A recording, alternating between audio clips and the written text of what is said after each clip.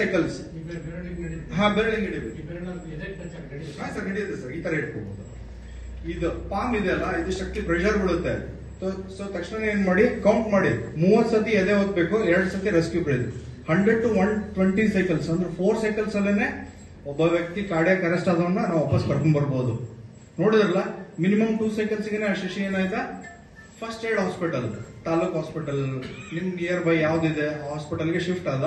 ಅಲ್ಲಿಂದ first aid treatment ತಗೊಂಡು next ಅವ್ನು ಯಾವ್ದು ಸಂಬಂಧಪಟ್ಟಂತ ಕಾಯಿಲೆ ಹಾಸ್ಪಿಟಲ್ಗೆ ಕಾರ್ಡಿಯಾಕ್ ಸೆಂಟರ್ಗೆ ಶಿಫ್ಟ್ ಮಾಡಿದ್ರು. ಅದೇ ರೀತಿ ನೀವು ಕೌಂಟ್ ಮಾಡಿ, ಜೋರ ಕೌಂಟ್ ಮಾಡಿ. ಇಲ್ಲಾಂದ್ರೆ ಒಬ್ರು ಹೆಲ್ಪ್ ತಗೊಳ್ಳಿ. ಸರ್ ನಾನು CP ಎದೆ ಓದ್ತೀನಿ, ನೀವು ಆಕ್ಸಿಜನ್ ಕೊಡಿ ಅಂತ ಹೆಸಿಟೆನ್ಸಿ ಮಾಡ್ಕೋಬೇಡಿ. ಸರ್ ನನ್ಗೆ ಗೊತ್ತೇನೆ ಇಲ್ಲ, ಹೆಂಗ್ ಕೊಡೋನು ಇವ್ರಿಗೆ. ದಯವಿಟ್ಟು ಹೆಸಿಟೆನ್ಸಿ ಮಾಡ್ಕೋಬೇಡಿ. ಒಬ್ಬ ವ್ಯಕ್ತಿನ ಬದುಕಿಸಬಹುದು ಅಂತ ಅನ್ನೋದಾದ್ರೆ ಅದು ಬೇರೆ ತರದಿಂದನೇ ನಮ್ಗೆ ಬ್ಲೆಸ್ಸಿಂಗ್ಸ್ ಬರುತ್ತೆ.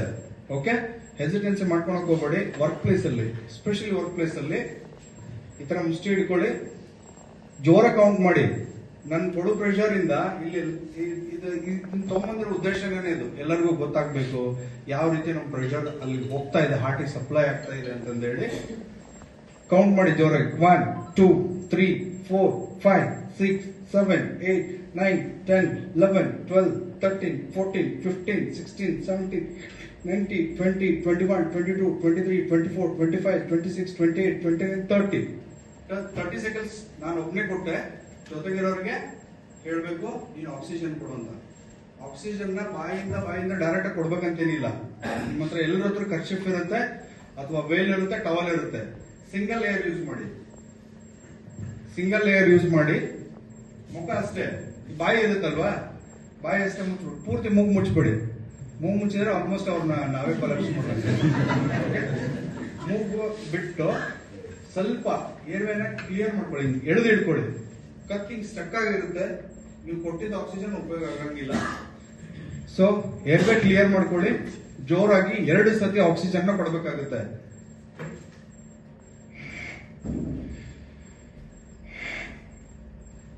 ಲೈಟ್ ಬ್ಲಿಂಕ್ ಆಯ್ತಾ ಅಲ್ಲಿ, ನೋಡಿದಿರಲ್ವಾ? ಸೊ ದಿಸ್ ಈಸ್ ನಾವು ಕೊಡುವಂತ ಬ್ರೇತ್ಸ್ ಹೆಂಗಿರ್ಬೇಕಂದ್ರೆ ಕಂಪ್ಲೀಟ್ ಆಗಿ ಆಕ್ಸಿಜನ್ ಸಪ್ಲೈ ಒಳಗಡೆ ಲಂಗ್ಸ್ ಗೆ, ಹಾರ್ಟ್ ಗೆ ಇಮಿಡಿಯೇಟ್ ಆಗಿ ಸರ್ಕ್ಯುಲೇಷನ್ ಸ್ಟಾರ್ಟ್ ಆಗ್ಬೇಕು. ಓಕೆ, ನೆಕ್ಸ್ಟ್ ಸರ್ 1 ಸೈಕಲ್ ಆಯ್ತು, ರಿವರ್ಟ್ ಆಗ್ಲಿಲ್ಲ, ಮತ್ತೆ ಇನ್ನೊಂದು ಸೈಕಲ್ ಸ್ಟಾರ್ಟ್ ಮಾಡಿ. ಅಗೇನ್ ಸೆಕೆಂಡ್ ಸೈಕಲ್ ಸ್ಟಾರ್ಟ್ ಮಾಡಿ. 1 2 3 4 5 6 7 8 9 10 12 13 14 15 16 17 18 19 20 21 22 23 24 25 26 28 29 30. ಮತ್ತೆ ನೀವು 2 ಸೈಕಲ್ಸ್ ಕೊಟ್ರಿ, ಕಂಟಿನ್ಯೂ ಆಗಿ ಆಕ್ಸಿಜನ್ ಕೊಟ್ರಿ. ಸೊ ನೀವು ಜಾಸ್ತಿ ಆಕ್ಸಿಜನ್ 30 CPR 2 ಸೈಕಲ್ಸ್ ಅಷ್ಟೇ ಸಾಕು. ತಕ್ಷಣ ಪೇಷಂಟ್ ಕೂಡ ರಿವೈವ್ ಆಗ್ಬಿಡುತ್ತೆ. 2 ಸೈಕಲ್ಸ್ ಇಂದ ನಾವು ಹಾಸ್ಪಿಟಲ್ ಅಲ್ಲಿ ಇನ್ಸೈಡ್ ನಾವು ಎಮರ್ಜೆನ್ಸಿ ಡಿಪಾರ್ಟ್ಮೆಂಟ್ ಅಲ್ಲಿ ವರ್ಕ್ ಮಾಡುವಾಗ ಎಷ್ಟೋ ಜನ ಪೇಷಂಟ್ಸ್ ಗಳು ಅರೆಸ್ಟ್ ಆದಾಗ ನಾವು ಇದೇ ಮಾಡೋದು. ನಾವ್ ಹೆಂಗಂದ್ರೆ ಕಂಪ್ಲೀಟ್ ಆಗಿ ಅದಕ್ಕಂತಾನೆ ಇರ್ತೀವಿ. ಎಮರ್ಜೆನ್ಸಿ ಡಿಪಾರ್ಟ್ಮೆಂಟ್ ಅಲ್ಲಿ rapid responsibility team, code blue team ಅಂತ ಇರುತ್ತೆ. ಆ ಟೀಮ್ ಅನೌನ್ಸ್ ಆದ ತಕ್ಷಣ ಮಿನಿಮಮ್ 10 ಮೆಂಬರ್ಸ್ ಗ್ಯಾದರ್ ಆಗ್ತಾರೆ.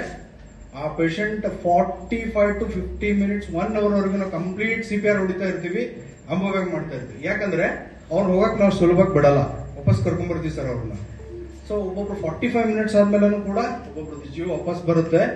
ಆಲ್ಮೋಸ್ಟ್ ಇದು ಪೇನ್ ಎಲ್ಲ ಇರುತ್ತೆ ಅವ್ರಿಗೆ, ಯಾಕಂದ್ರೆ ನಾವು ಕೊಟ್ಟಿರೋ CPR ಎಫೆಕ್ಟಿವ್ ಆಗಿರುತ್ತೆ, ಮೂಳೆ ಎಲ್ಲ ಫ್ರಾಕ್ಚರ್ ಆಗಿರುತ್ತೆ. ಸೊ ಮತ್ತೆ ನಾವು ಎಲ್ಲ ಒಪಿನಿಯನ್ ತಗೊಂಡ್ಬಿಟ್ಟು ಅವ್ರನ್ನ ವಾಪಸ್ ಕರ್ಕೊಂಡ್ ಬರ್ತೀವಿ. ಸೊ ಸರ್ ನಾವು CPR ಕೊಟ್ವಿ, 3 ಸೆಕೆಂಡ್ಸ್ 4 ಸೆಕೆಂಡ್ಸ್ 10 ಸೆಕೆಂಡ್ಸ್ ವರೆಗೂ ನೀವು ಟೈರ್ಡ್ ಆಗ್ತೀರಾ.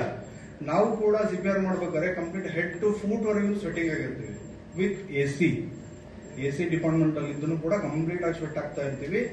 Chain system rotation 1 to 1 1 to 1 1 to 1 rotation ಆಗ್ತಾ ಇರ್ತೀವಿ.